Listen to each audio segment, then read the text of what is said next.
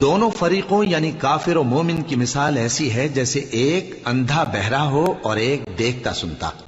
بھلا دونوں کا حال یکساں ہو سکتا ہے؟ پھر تم سوچتے کیوں نہیں؟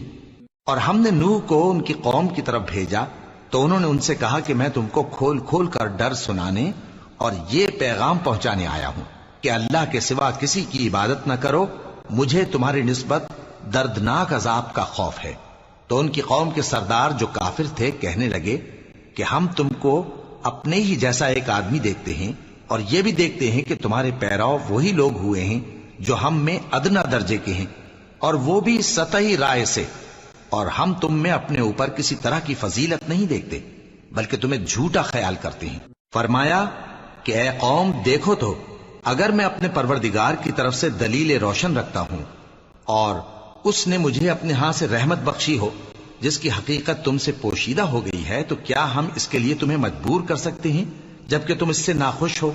اور اے قوم، میں اس نصیحت کے بدلے تم سے مال و زر کا مطالبہ تو نہیں کرتا، میرا صلہ تو اللہ کے ذمے ہے، اور جو لوگ ایمان لائے ہیں میں ان کو نکالنے والا بھی نہیں ہوں، وہ تو اپنے پروردگار سے ملنے والے ہیں، لیکن میں دیکھتا ہوں کہ تم لوگ نادانی کر رہے ہو. اے میری قوم، اگر میں ان کو نکال دوں تو اللہ کی گرفت سے بچانے کے لیے کون میری مدد کر سکتا ہے؟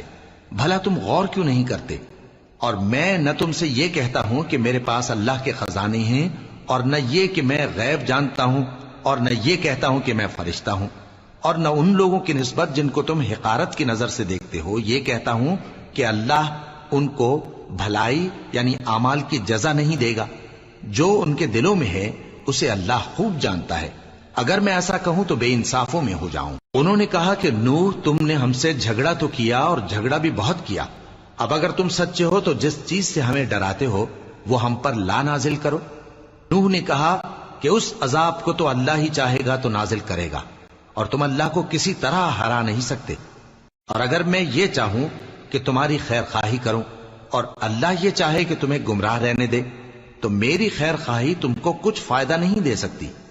وہی تمہارا پروردگار ہے اور تمہیں